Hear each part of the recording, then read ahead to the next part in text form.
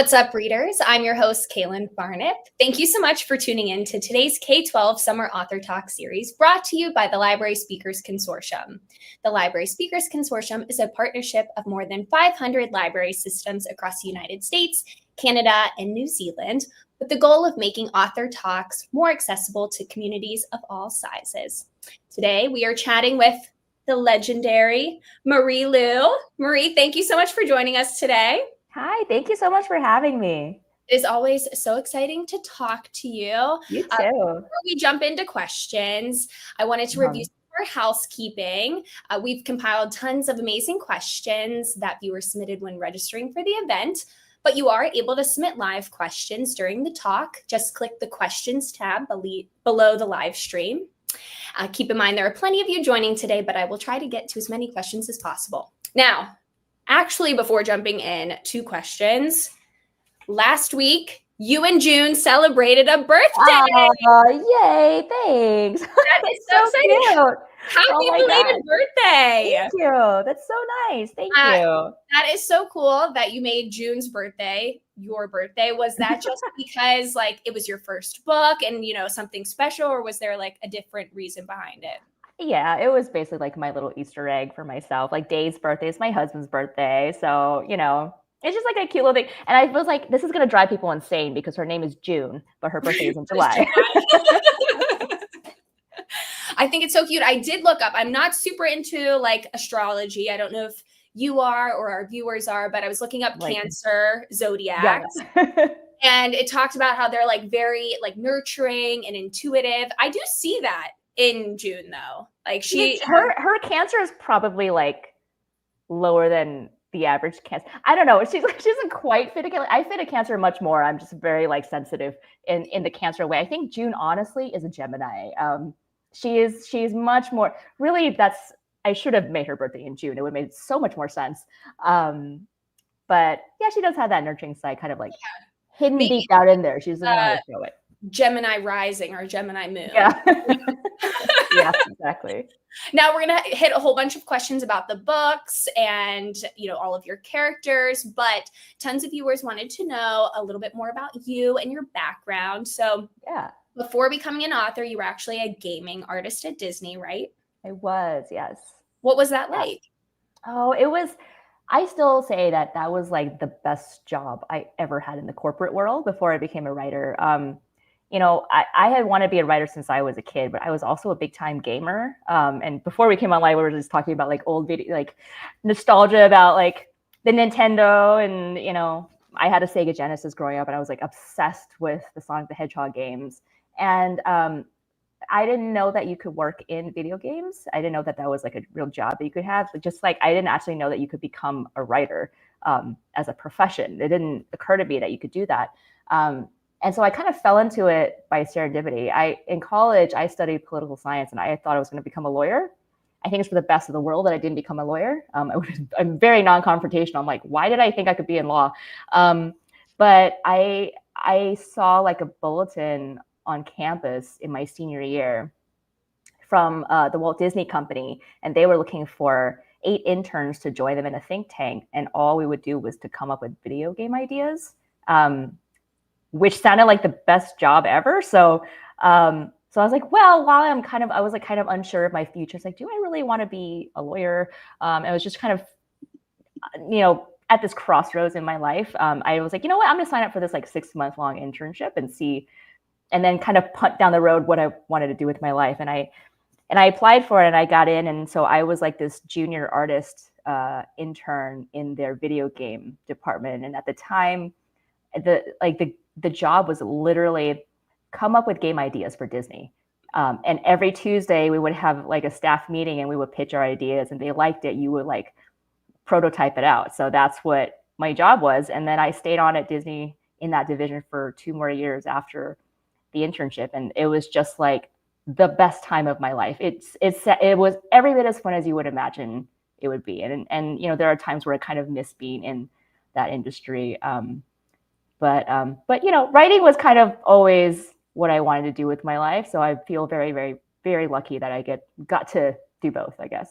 Yeah, that's super exciting. And you still get to like play video games a little bit if you want, you know. Yeah. I know we see some of that in some of your books, like Warcross. What are some of your favorite games to play or that you used to play? Yeah, for sure. I wish I had more time to play. I don't get to play as much now. I have a 6-year-old, so he is like my real life video game. I'm just like trying to, level him up through life. But as a kid, I had my Sega Genesis. I played anything that the Sega Genesis had. Like Echo the Dolphin was one of my absolute favorite franchises. I loved the Sonic the Hedgehog franchise. Played a lot of Mario Kart.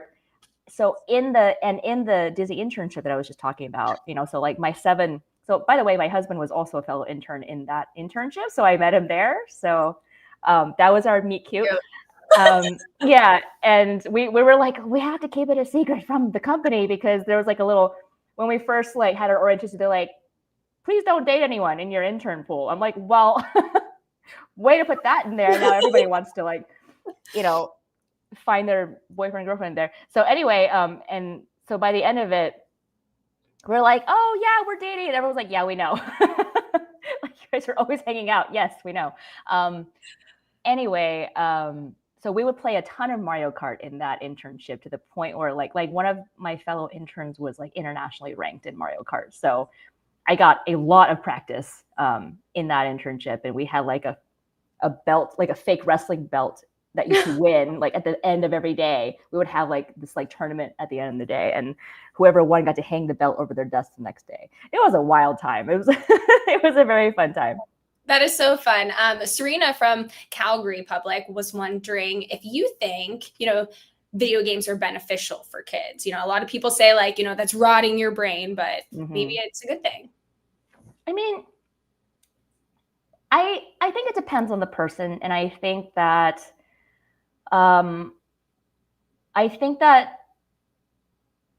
have a love in my heart for just about every type of creative art. Like I think that all creative art revolves around a love for story.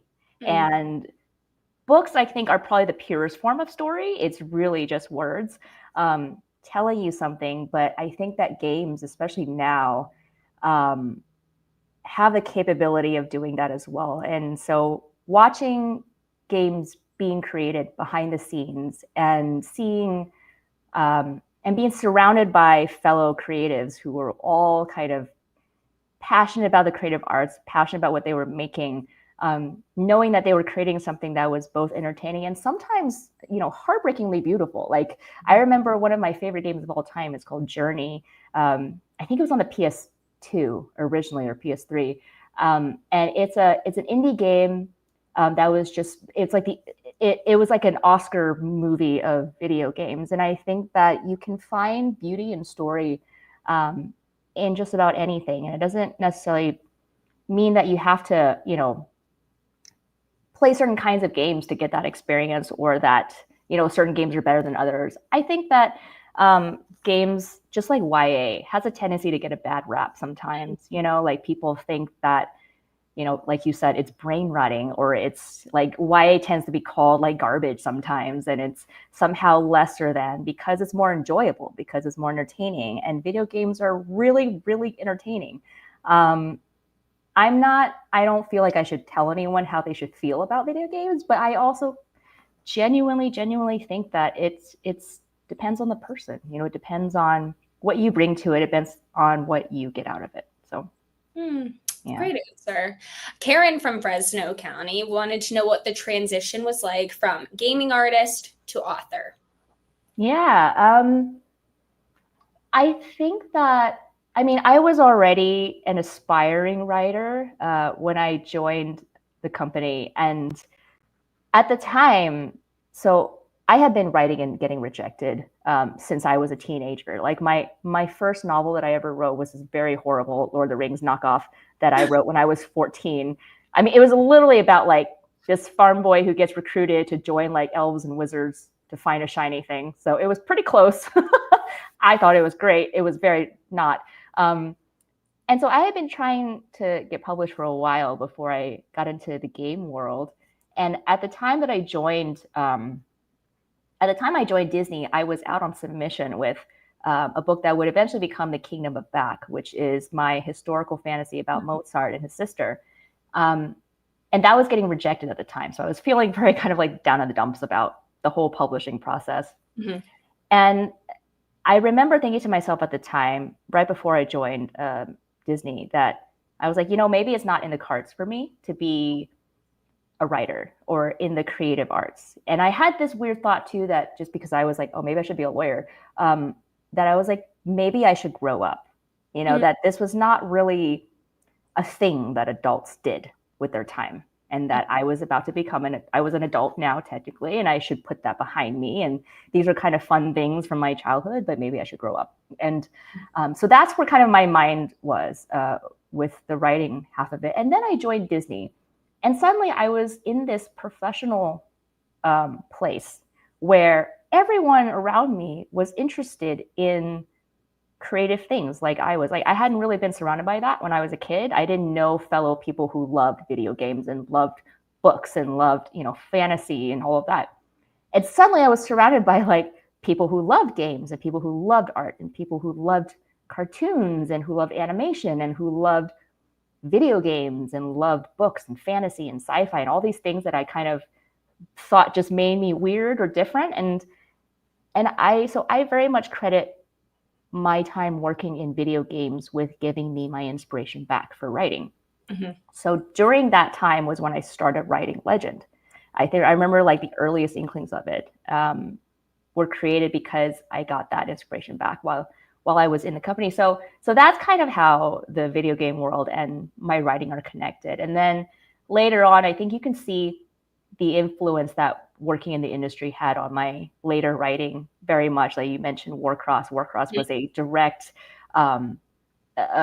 directly inspired by my time in games. And I have a scene in the book where, Amika's whole team, like the Phoenix Writers, are playing Mario Kart in the exact same way that I did with my fellow interns. And I think I had a scene where like her friend like loses at a round of Mario Kart right at the finish line, which was exactly what happened, during a very epic tournament that I had during the internship. So that was like my little love letter to working in the industry and appreciating that was the industry that gave me my love for creative arts back. That's great little Easter eggs there. That's so sweet. Several people, you started to talk about like the publishing world, getting turned down a little bit. Lakeisha wanted to know, like, how did you eventually get like Legend as your first book published? Yeah. So as I mentioned, I started writing Legend, like the early inklings of it when I was in my internship. It was like 2006, 2007 or so.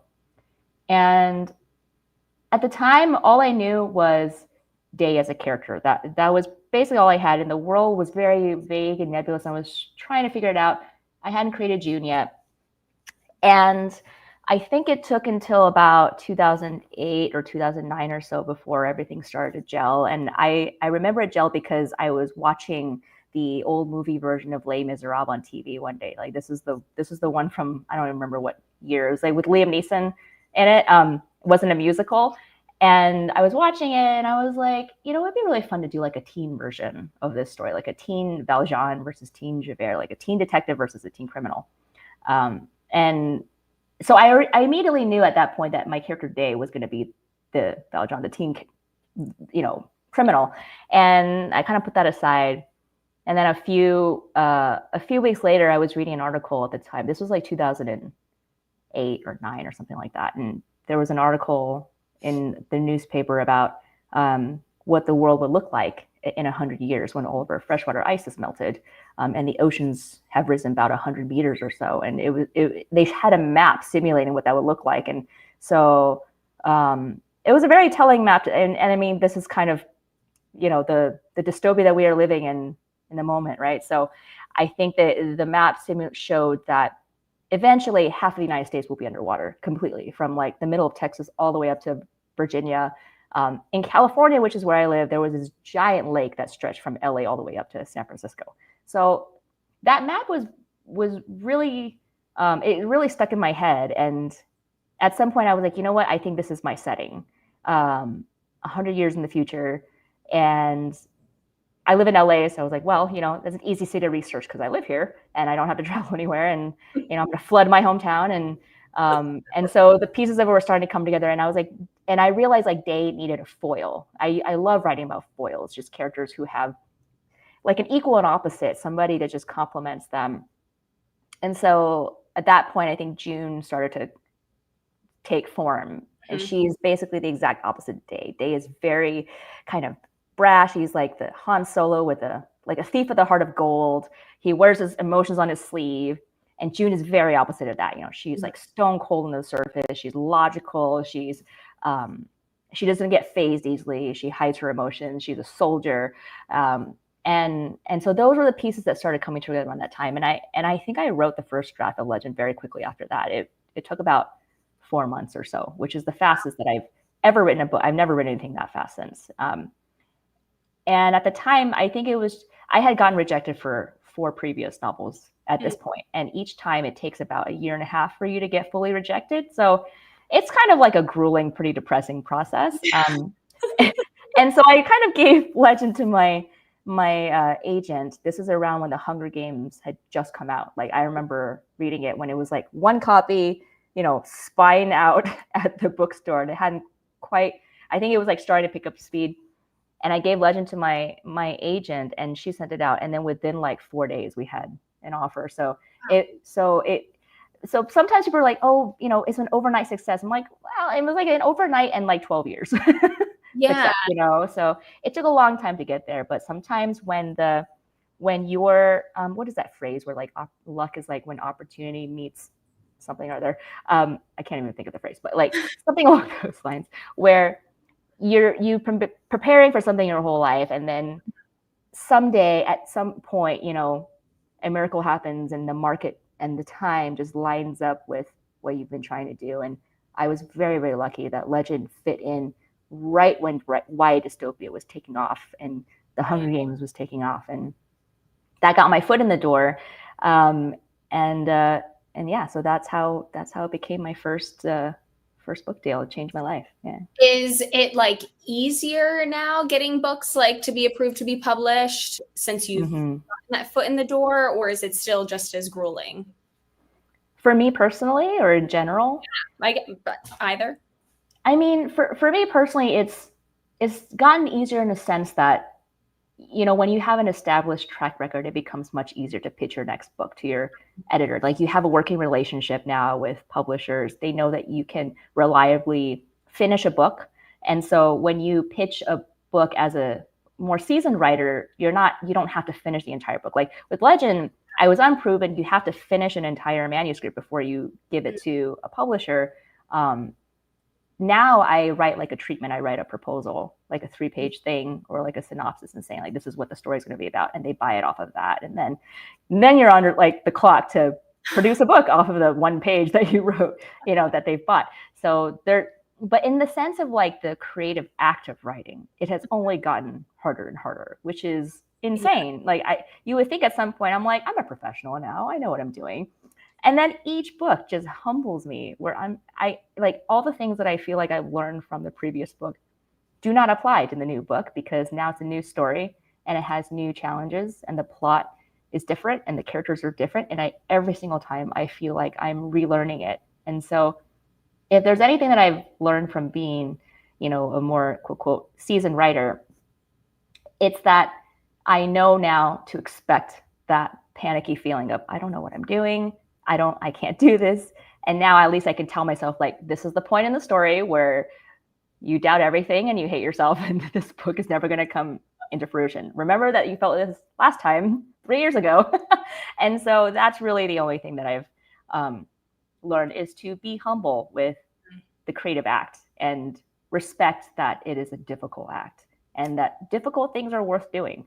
I think that's particularly, I think about it all the time now, especially in this day and age of AI, where everyone wants things to be faster, easier, more immediate, cheaper, more artificial, less heart. And I feel like the reason why creativity exists is because it is hard. It is a human act, and it is difficult for a reason. So I respect that it's difficult.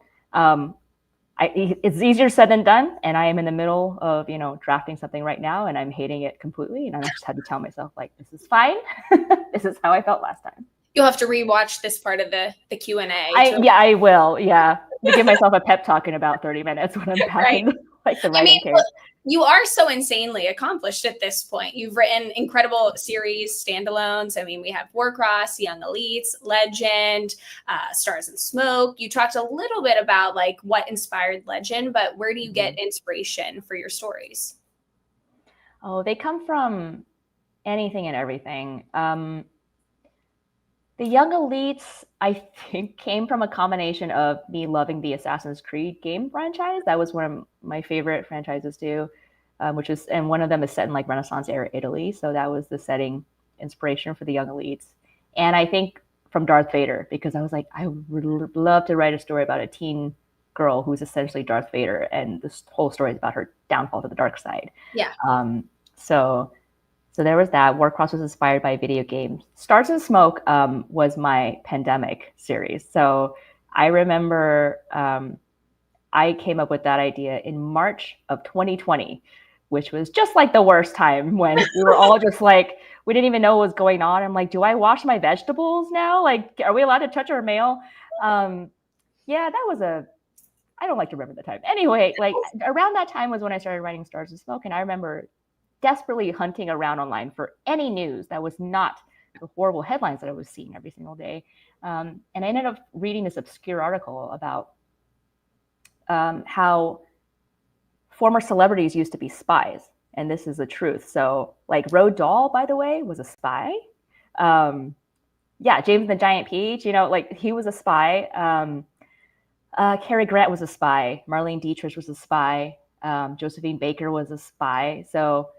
And Frank Sinatra was a spy as well, by the way. And I was just like, what? That's a thing? But then you think about it, and you're like, well, of course they would be spies. Like they're perfect for being spies because they're invited to all the fancy parties. They always, rub shoulders with the fancy people. People don't tend to assume that they are capable of being spies because they're just like, oh, that's just Justin Bieber, in the corner. They're flying around on private jets doing God knows what. So, they actually make very good spies. And so that was the inspiration. I saw an interview. I was going to bring this up later, but a perfect segue. I saw an interview where you were talking about like who you think are modern day ones. You mentioned maybe like Taylor Swift. Oh, yeah. And that I want to know, are you the spy?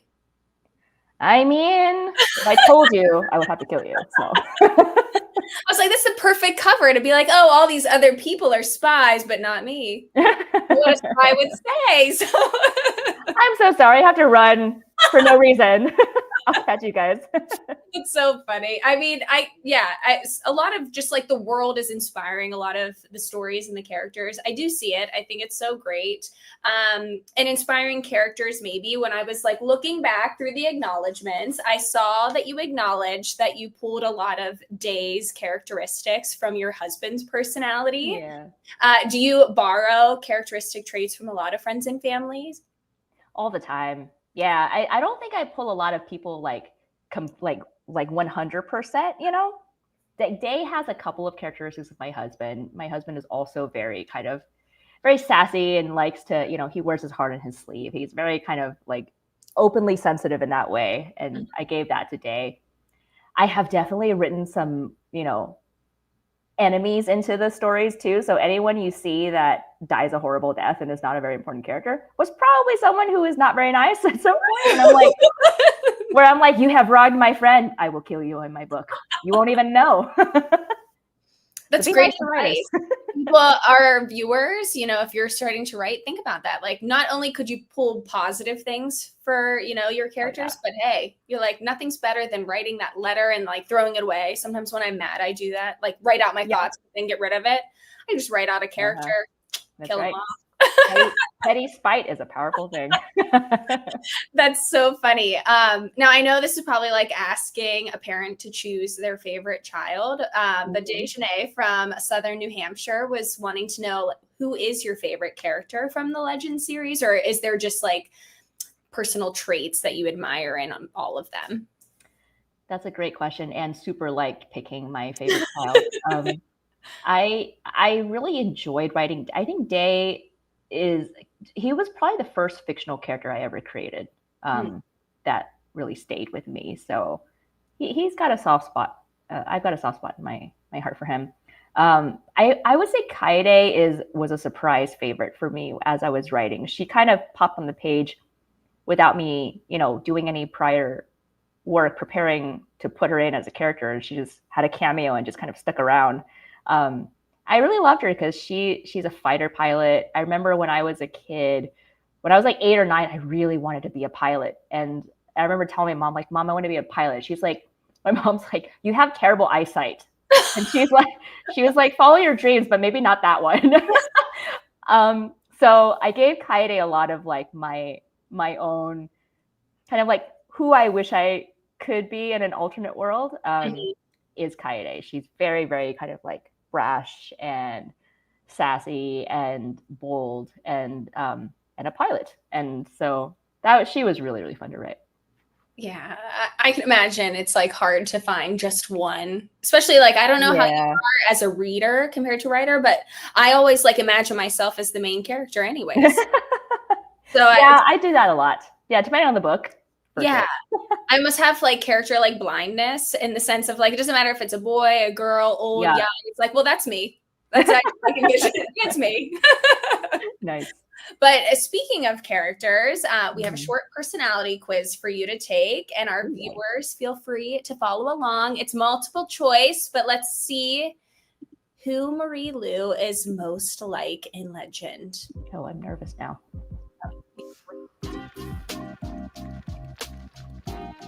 Legend.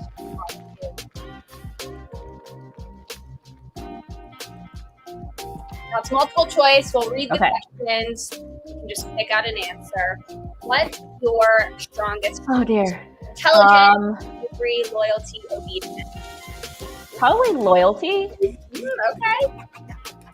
Loyalty. I'm gonna write them down. We'll see who you are. What is your ideal way to solve a problem? Analyze all the sides, take immediate action, talk it out, follow orders. I'm gonna say talk it out with a trusted source because I'm just like, please help me. Someone else make this decision. Absolutely. Okay. How do you feel about following the rules? I am mostly a rule follower, but I have definitely had moments where I'm like, let me see here.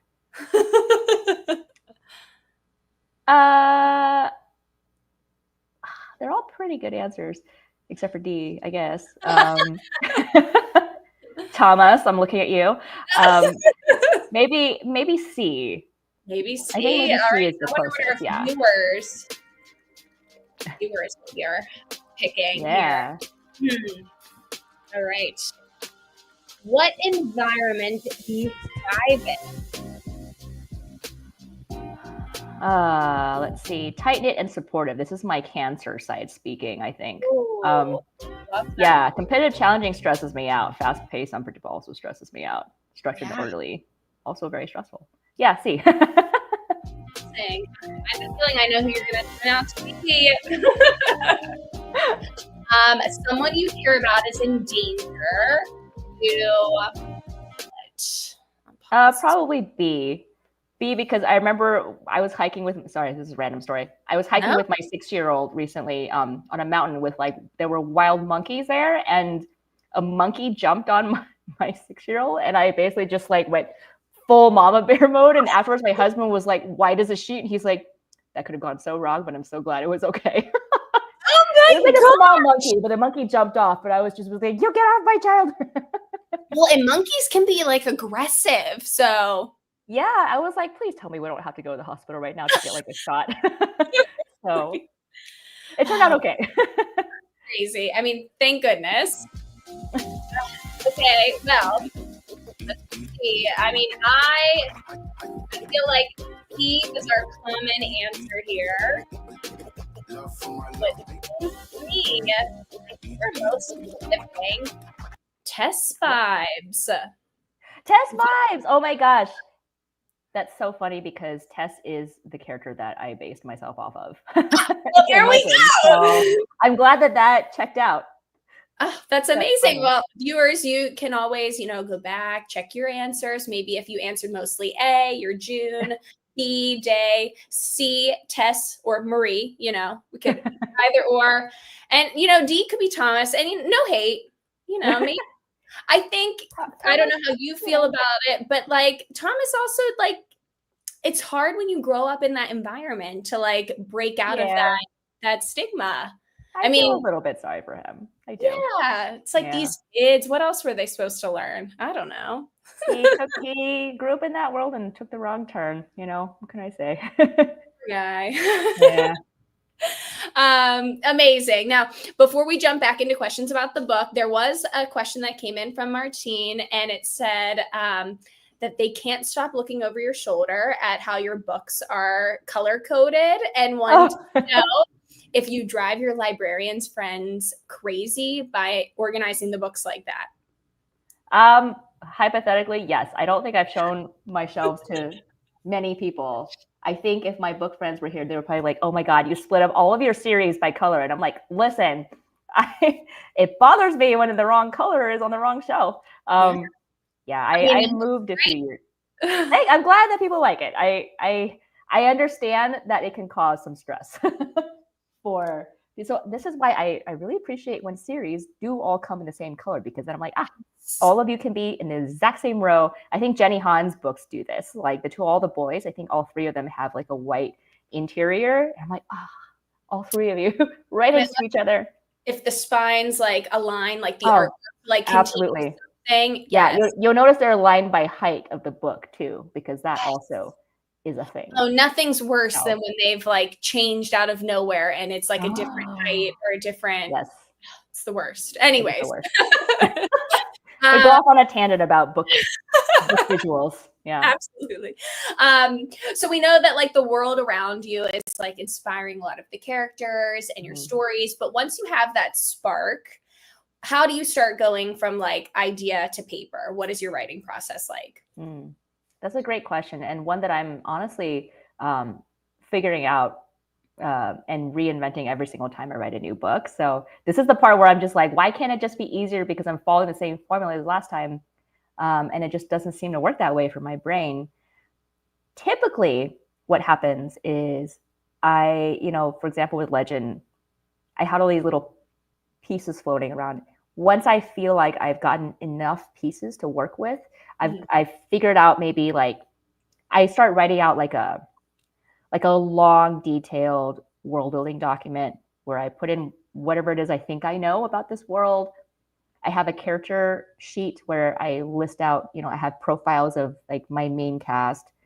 And then I will usually write what I call like white room scenes. And these are little snippets of scenes that is just dialogue. I'll take a couple of the characters that I created and I'll just throw them into a room and just kind of see what happens. I might take like the main protagonist and the villain and just throw them in a room, like party it up, guys. Like here's a cookie platter, and see what happens.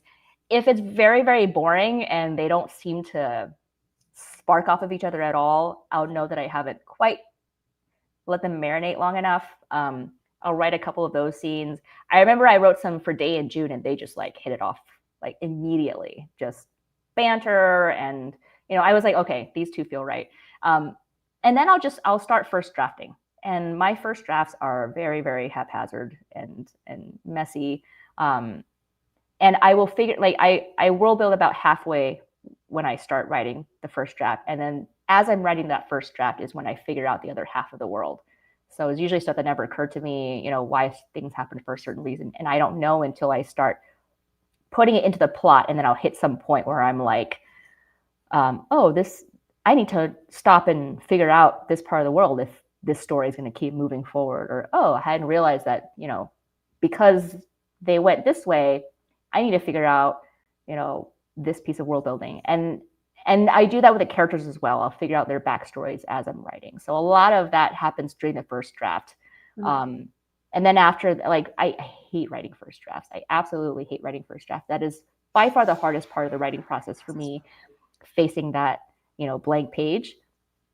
I've learned over time that you just have to kind of muscle through that. And once you have something to work with, doesn't matter how bad it is, you can work with it. You can always rip stuff out and put stuff in, but you can't work with something that doesn't exist. So after I do that first draft, I usually go through one more pass and then I give it to my editor. And my editor will come back with like 50 pages of notes and be like, redo these things. The characters these are my questions that I have about characters and world building. And then after that, I'll probably do anywhere from like 6 to 12 more rounds of revisions on the book before I get to a point where you hit what's called like copy edits. And that's basically when you get down to the nitty gritty of like, how does this sentence sound? And how does this paragraph look? And is this the right word? And so on. So, yeah. So great. Our viewers, I'm sure a lot of them, I was this way too as a kid where it's like, oh, my first draft is done. Let me submit my paper. I'm done with this. But it's like, actually, we need to go through it a couple times before I'm ready. Yeah. And I remember definitely being guilty of not going through my papers and essays more times, like enough times, because I definitely turned in some half-baked essays. That's the best part of like texting now, where you can like edit it afterwards. Cause I send my texts all the time and I'm like, whoops. Oh, I know. Read that and re-edit it. Let's become my best friend. Yeah. Firella was curious, do you outline for your stories, or is it like just those scenes and kind of these ideas and the world building, or, some people call themselves a plotter or a pantser. What do those like beginning drafts kind of look like? Yeah, that's a great question too. So plotters are basically people who follow an outline kind of very religiously. And then pantsing is you write by the seat of your pants, which basically you just start drafting. I'm kind of in the middle. My whole life, I have wanted to be a plotter. So I strive to be a plotter. Every single time I start a book, I will try my best to write an outline. And every single time I'm like, this is it. I know what's going to happen. And this way I can be organized and I can start my chapters. And then every time by chapter 3, I'm just off in the weeds. My characters have run away and now my whole outline is useless. So I've learned over time that my process is somewhere in the middle, where my friend has a good term for this. She calls this headlights writing. So you outline as far as the headlights shine on your, that's as far as you can see. So I outline for about 3 or 4 chapters. And so I know what's going to happen for 3 or 4 chapters, and I'll write that. And then I outline again for 3 or 4 chapters more, and I'll write that. And that you kind of inch your way through the dark that way. And that has been probably the best solution for me. Yeah. Wow. When you have a series like Legend that's like, multiple books, are you creating like the story arc from like the first book to the end of the series? Like, do you know where it's headed, or is it kind of developing as you go? So this is also me, like in book 1, I'm always like, I know where I'm going. I have my outline. And then, halfway through the first book, I'm like, oh no, that's not going to work. And so I like to say that I know, but I think 50% of the time it has ended differently than how I envision it. So for example, with the Legend series, and I won't give any spoilers, but the original ending that I had for the whole series is very different from what actually happened, and much darker. And like halfway through book 2, which is Prodigy, I was like, this is not going to work. This vibe does not check out. I need to pivot. And I remember thinking like, I really, really wish I could have go back to book 1 and, change a few things, but that book's already out. So just kind of have to like pivot with it. And I remember that happening in the Warcross series as well. There were several things that happened as I was drafting that changed my original plan for the ending of that series. So it's all chaos. I never know what's happening. My subconscious knows. It never wants to tell me. So. Love that. And now with like, you have very heavy like dystopian fantasy books. Do you still have to do like research for them? Sarah sent in that question.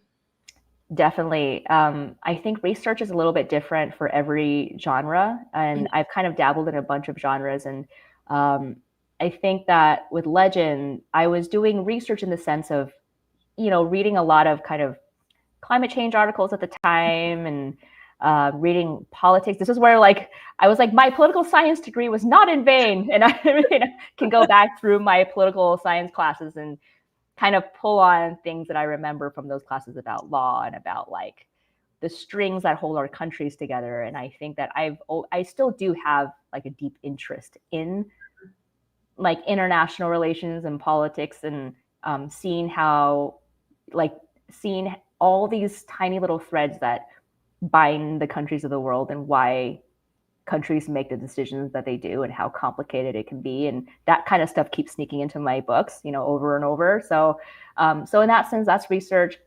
With Warcross was very like near future science fiction. So at the time that it came out, it was like 2016 or 2017. And at that time, I was imagining 10 years in the future that we would have, you know, AI, and that we would have virtual, like augmented reality, and, you know, glasses that could record things, and automated cars and that kind of stuff. And so that research was very different and very stressful, because I was just reading like every Wired magazine article I could get my hands on, like surfing online forums to keep up with the most up-to-date stuff that was happening in the tech world, which is fascinating, but a very, very fast-moving and different kind of research than like the kind of research that I did for the young elites, which was Renaissance Italy, and, you know, digging up old textbooks about, you know, what did people eat in the, you know, the 15th century or whatever. So it depends on the series. Like The Kingdom of Back was a historical fantasy. That was a whole different round of research, where I had to read about like the Mozarts, and trying to dig up what little I could about Mozart's sister, because there's not a lot about her. You know, in the textbooks, it's all about her brother. And so I would like have to find these tiny little fragments about her life, and like letters that Wolfgang used to write to her, just to kind of piece together what I thought would be a realistic portrayal of their relationship, and then rely on that. So it really depends on the genre. Interesting. You mentioned like the AI research and that kind of stuff. And now here we are in 2025, and AI is like at the forefront of so many things. And we had a live question from Nina, who wanted to know, do you feel any different about Legend, or, you know, more specifically Warcross, with so many developments in AI? Like about the plots of both of those books? Yeah. That's a great question, and one that's kind of evolving as you know, live as we speak. I think that when I wrote, I think maybe with Legend in particular, I feel a little bit disheartened when I look back and I'm like, you know, Legend I wrote back in 2008 or 2009. And I remember I wrote it right around the time when Obama had just been elected. And there was a sense of hope in the country, but also you could kind of see the fraying of the threads already. Like Gabby Giffords was shot that year, and you could sense there was this really uneasy tone that was starting to take hold in politics, and that very much informed a lot of Legend, and why Legend is literally, you know, the United States split down the middle into two physical countries. So I think that looking back, you know, now from where we are now in the political world, looking back at Legend, I think it reminds me that maybe a lot of those pieces were already set into place, and that much of what's happening now was set into place decades ago. And you can really trace it back all the way to like the 80s, probably, to see what's happening. I think a lot of the people on this call are young enough that you don't remember 2008. 2008, I was like a new grad around that time, and I cannot overstate how devastating that time was for people in terms of losing their jobs and like losing their homes. And I think a lot of that was informed by what went into Legend and my thoughts on it. So I don't know. I think I look back and I'm like, okay, I can see where the wheels, I think I see where things were, why they were headed the way they were, you know?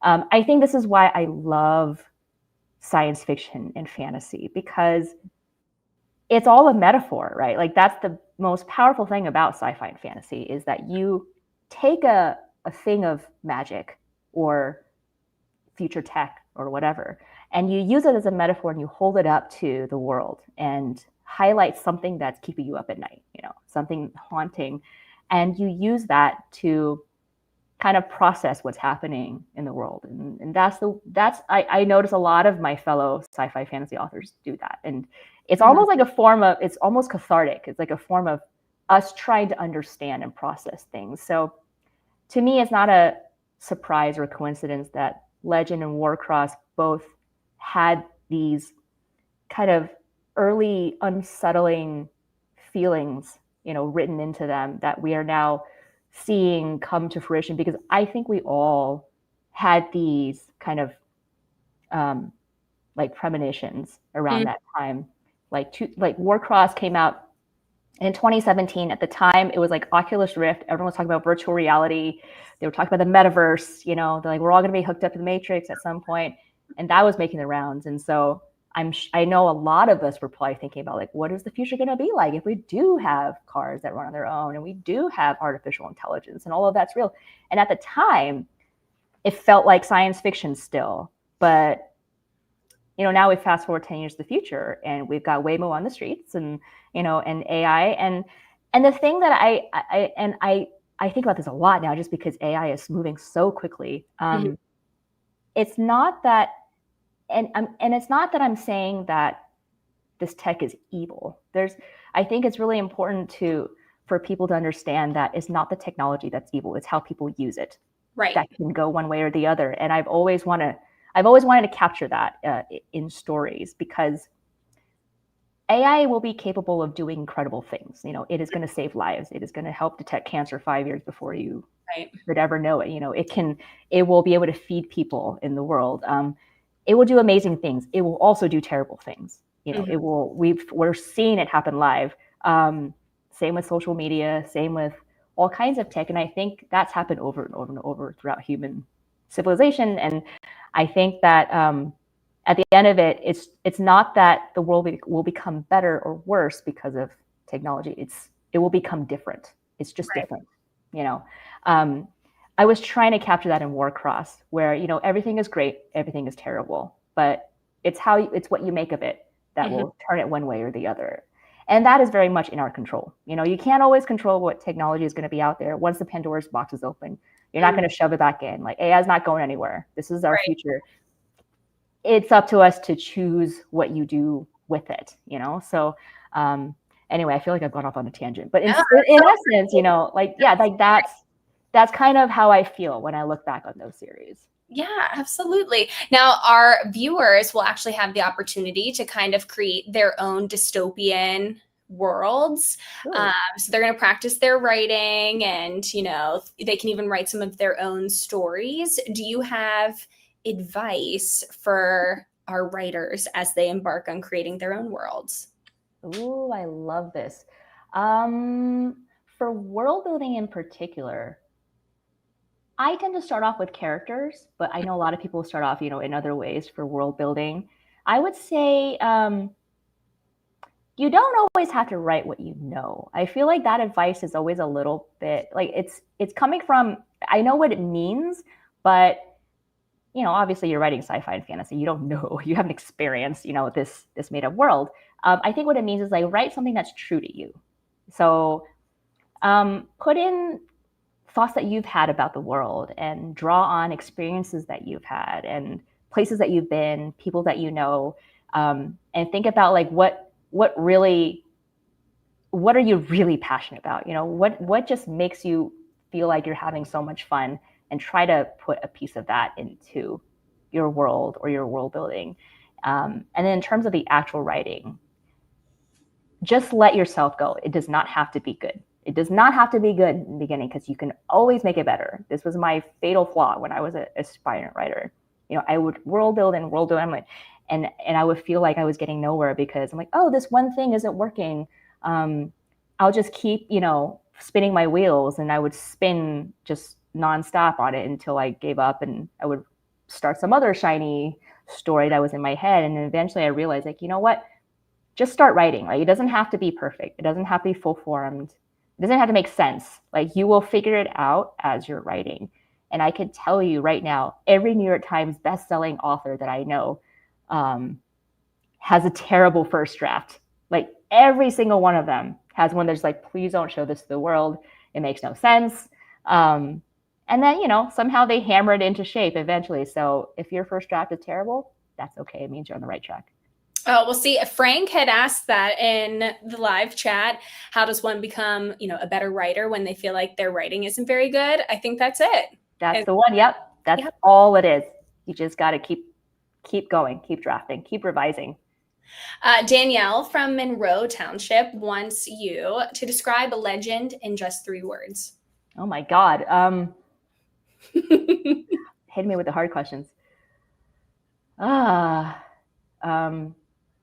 Criminal, detective, future.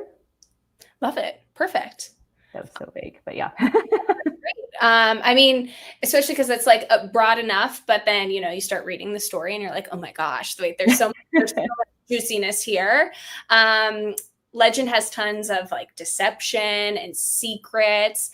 And I marked a page in my book towards the end of the book where June is talking about, she's learned a lot about the world, and seeing it kind of for the first time through like a new lens. But she makes a comment that says, what else is secret? And I want to know, do you have any secrets about Legend in the Legend universe that maybe our listeners are unaware of? Oh, that is a interesting question.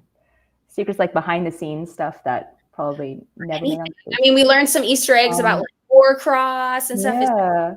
Yeah. Okay, well,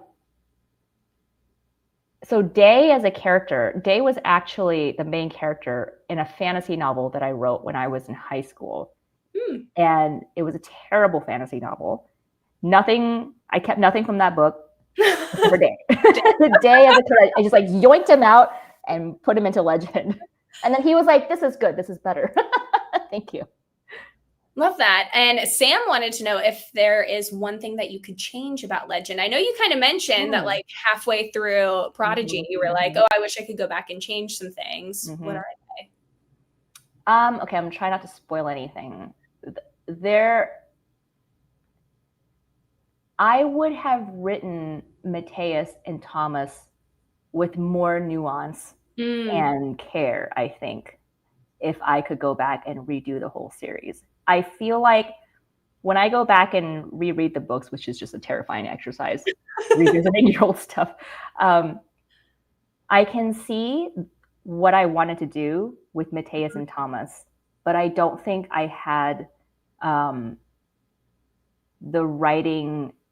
I don't think I treated them with like the thought and care that I should have treated them with. I think there would have been some plot points that I would have changed with them to make it more authentic to what I thought I was trying to do. That is so vague. I'm trying not to spoil anything. But we can have a few spoilers here. I'm sure. I'm going to mention a few spoilers myself. I do think, when I first read Legend, when it first came out, I was younger. I think you often write Thomas off as just like, this like spoiled little kid who's like grown up in this world and his views are so set differently. But then as an adult, I think there's just a lot more empathy where it's like, I understand why he is the way that he is. Yeah. So no, I like a reread because I think my experience has changed the way I perceive characters that I maybe disliked a lot in the beginning. I do have some spoiler questions, not totally spoilers, but some things you mentioned earlier. I had written it down as well. I called Day and June foils of each other. But it was only Day that is experimented on, even though he also scored a perfect 1500. Right. Why was he the one that was experimented on? This is one of those things where I'm like, I probably should have made this more obvious in the book.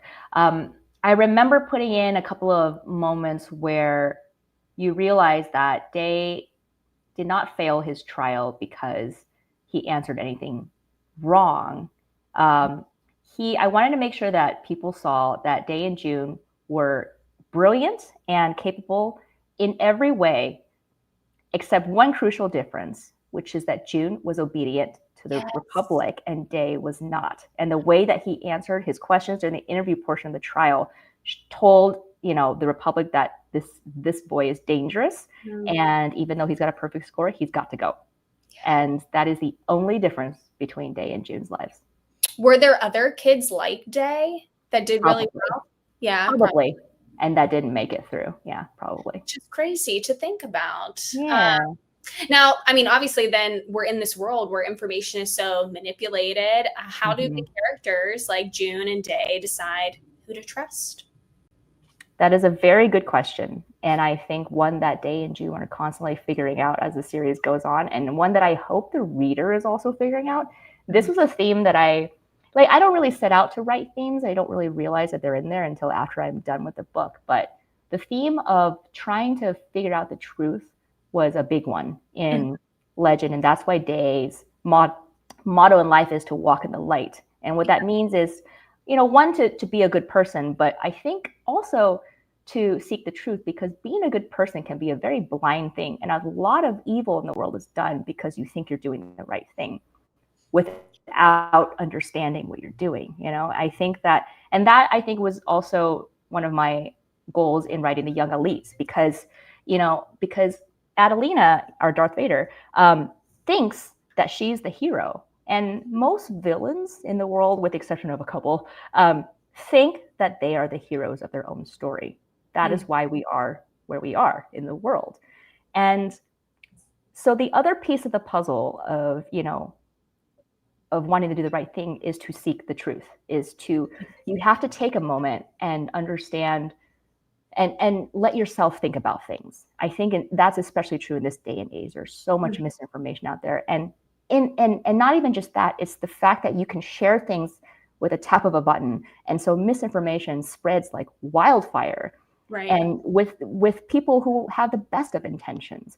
And you see this happening, even with people who want to be helpful. They will spread things before they stop and read it. And I have done this before and have been guilty of it. So now I really have to stop myself and take a breath and be like, I'm going to go look up the source of a thing, or I'm going to take a second and step away from the screaming voices around me and try to figure out my own understanding of something. Try to go out there and seek the source of something before you believe it. Don't believe whatever random thing you see on the internet. Try to get to the bottom of something. Try to build up your instinct to recognize truth from lies. I think that is more important now than ever, especially in the day of AI. So, yeah, absolutely. But I mean, you didn't just close out the trilogy. Leighton wanted to know, what made you return to the world and write Rebel?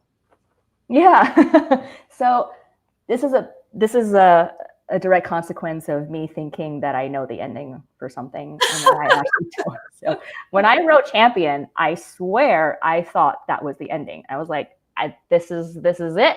I'm good. And then I got 50 emails a day from people who were like, why would you end it there? And then I think maybe a few years later, I had this feeling. I realized that I was constantly asking myself, I'm like, I wonder what those two are up to now, or I hope they're doing okay. And, I eventually realized that I had a little bit more story that I wanted to tell in the Legend world. And I remember at the time thinking I'm never going to go back. I would give interviews. I'm like, I'm done with Legend. I'm not going back. And then after a while, I was like, oh, I'm going to have to go back on that because I have more ideas. So I've learned now to never say never to going back to something. And love that. It might happen. Now, I wouldn't be a good host if I didn't ask Jamie's question. Do you have any updates on the TV series? Right. So this is a question that I always have a hard time answering because I, too, am an outsider to a lot of the process. And that is to no fault of the studios or, the production companies, because they are doing their thing. I am an outsider. I don't want to be like that person. It's like, I don't know anything about this industry, but let me tell you what I think should happen at this stage. So I get updates kind of at the same time that you guys get updates. Sometimes I will see news hit, publicly before, you guys will know before I do. They'll be like, did you see the article about, such and such? I'm like, oh, I didn't know that. So I haven't really said anything because I don't know what's happening. Yeah. We're trying our best. I think that Hollywood it's always a miracle that something happens in Hollywood because every single star has to align. And there's been a lot of ups and downs in Hollywood. So, so we'll see. But we'll keep our fingers crossed. Our fingers crossed. Yeah. Now, you have an adult fantasy book coming out, Red City, but I had to shout out the other series. I know we talked mostly about Legend, but our gamers, they should check out Warcross. If you're rooting for the villain, definitely look at Young Elites. And I don't know about you, but I've been obsessed with K-pop Demon Hunters lately. Same though. Who's your bias?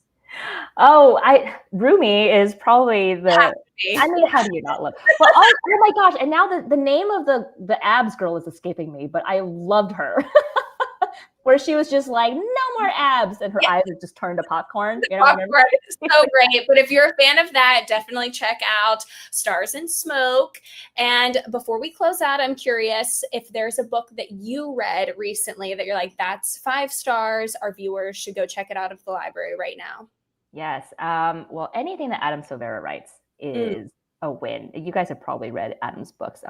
His series is They Both Die at the End.